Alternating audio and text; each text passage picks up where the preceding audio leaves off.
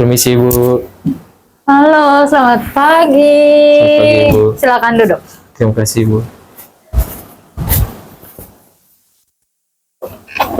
Bagaimana kabar kakak hari ini? Kabar saya baik Ibu, tapi saya sedikit bingung. Sedikit bingung. Ya Ibu.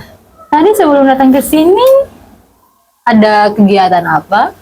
Tadi saya dari kelas Ibu baru selesai pelajaran. Oh, baru selesai pelajaran. Tadi pelajaran apa?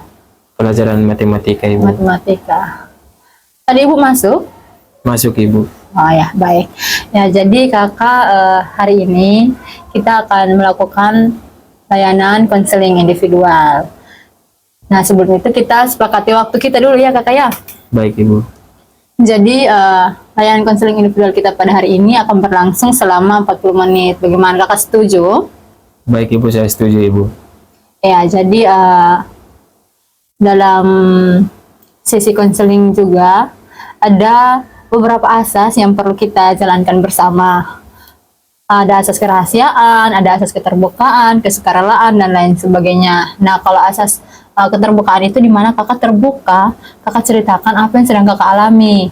Lalu asas kesukarelaan itu di mana kakak sukarela untuk menyampaikan itu kepada ibu tanpa paksaan dari ibu. Lalu untuk asas kerahasiaannya sendiri itu di mana kakak dan ibu saling menjaga rahasia, di mana apa yang kita bicarakan hari ini hanya ibu dan kakak yang tahu, kita tidak sampaikan itu kepada orang lain.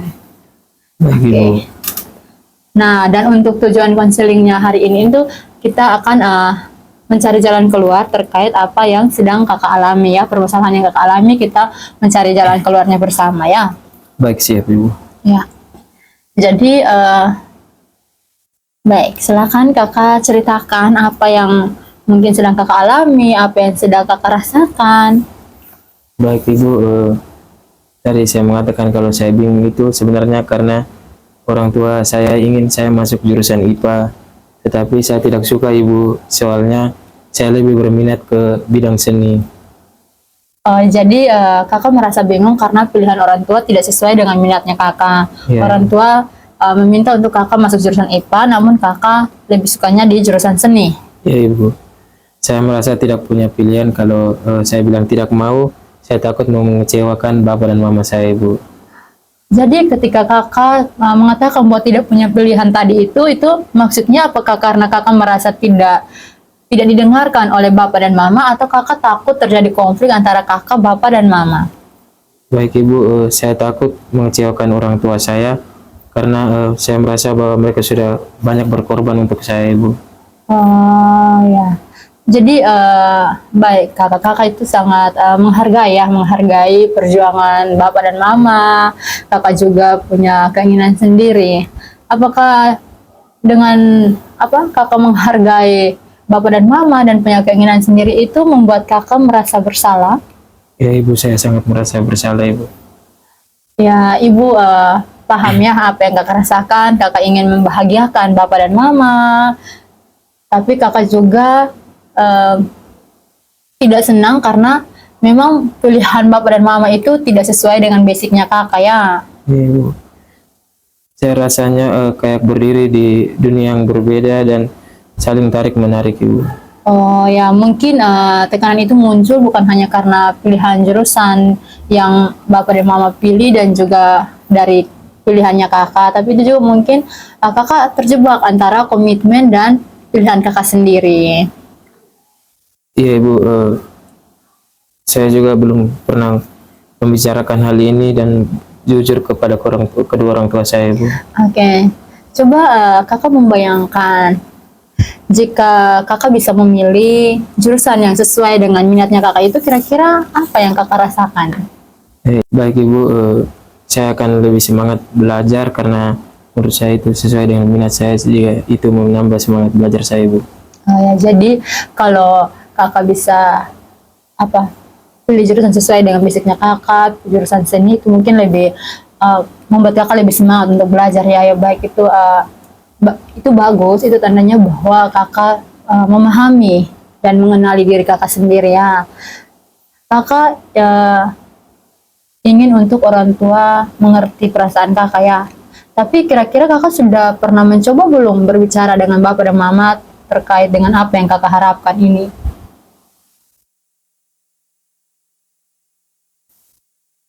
bagaimana kalau kita pikirkan caranya menyampaikan ini kepada Bapak dan Mama?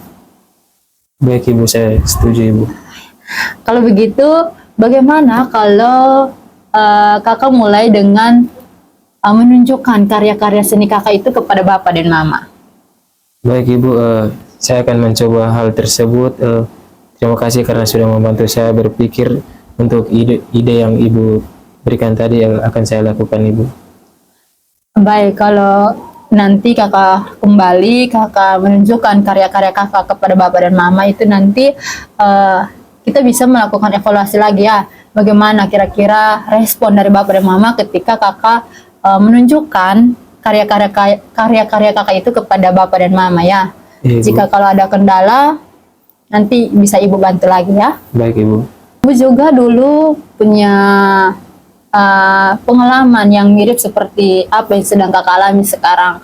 Ibu dulu inginnya menjadi seorang guru bimbingan konseling, tapi orang tua ibu itu inginnya ibu menjadi seorang guru matematika. Namun karena dengan komunikasi yang baik, akhirnya orang tua mendukung ibu untuk menjadi seorang guru bimbingan konseling. Baik Ibu, terima kasih. Nanti saya akan coba mengkomunikasikan dengan baik kepada kedua orang tua saya Ibu. Ya, ingat ya, kalau nanti kakak merasa ditekan atau situasi menjadi terlalu berat, nanti kakak segera cari bantuan ya, jangan berdiam diri. Tidak ada salahnya minta perlindungan kepada orang lain, termasuk ibu. Kakak bisa datang kembali ke ibu untuk menyampaikan apa yang nanti ingin kakak ceritakan lagi. Artinya bahwa kakak tidak sendirian di sini. Di sini ada komunikasi yang baik ya, jadi kakak bisa menyampaikan kepada Bapak dan Mama, dan kalau memang respon dari Bapak dan Mama bagaimana, kakak bisa datang kembali ke ibu, ibu bisa memberikan kakak solusi begitu ya. Baik Ibu, kadang saya juga merasa semuanya ini terlalu berat Ibu. Tapi saya sejauh ini juga bingung harus mulai dari mana. Kakak, ibu menghargai ya, kamu sudah berani datang, sudah berani jujur kepada ibu. Tapi kalau kamu merasa seperti itu, kita perlu cari cara yang sehat. Kakak tidak boleh lari dari masalah yang ada, karena justru ketika kakak lari dari masalah yang ada itu bisa membuat luka yang lebih dalam ya. Karena kalau mau dibilang kan sekarang kakak tidak mau masuk jurusan IPA. Jadi kita nanti bisa cari solusinya bersama-sama sehingga tidak membuat kakak tertekan dengan masuk jurusan IPA dan juga tidak mengecewakan Bapak dan Mama ya. Baik Ibu, saya mengerti Ibu. Kadang saya juga lebih memilih untuk pengen menyendiri terus dan tidak ingin bertemu siapa-siapa. Tetapi habis itu justru membuat keadaan saya lebih buruk Ibu. Ya itu wajar ya, karena kakak sekarang sedang berjuang ya. Kakak berjuang untuk mau masuk jurusan seni yang memang itu basicnya kakak ya. Tapi kakak harus ingat bahwa kakak tidak sendiri. Kita sudah membuat langkah awal tadi. Bahwa dimana nanti kakak pulang, kakak coba menunjukkan karya-karya kakak kepada Bapak dan Mama. Ya, ibu memberikan apresiasi kepada kakak. Kakak sudah mau datang, sudah berani jujur kepada ibu ya. Baik Ibu, terima kasih Ibu. Rasanya saya agak lebih lega untuk menceritakan semuanya kepada Ibu. Saya akan coba belajar untuk tidak menghindar dan mulai mengkomunikasikan ini kepada kedua orang tua saya Ibu. Ya, bagus ya. Terima kasih ya. Ibu akan terus mendampingi kakak. Kalau kakak merasa lelah, merasa capek, merasa mau didengarkan, mari silahkan ibu siap untuk mendengarkan kakak ya. Jangan menyerah, terus kuat, terus berjuang, dan nanti kembali lagi ke sini kalau memang kakak butuh untuk didengarkan ya. Baik Ibu, terima kasih banyak Ibu. Ya. Ibu saya permisi Ibu. Ya, terima kasih ya. Terima kasih Semangat banyak, ya. Ibu. Ya Ibu.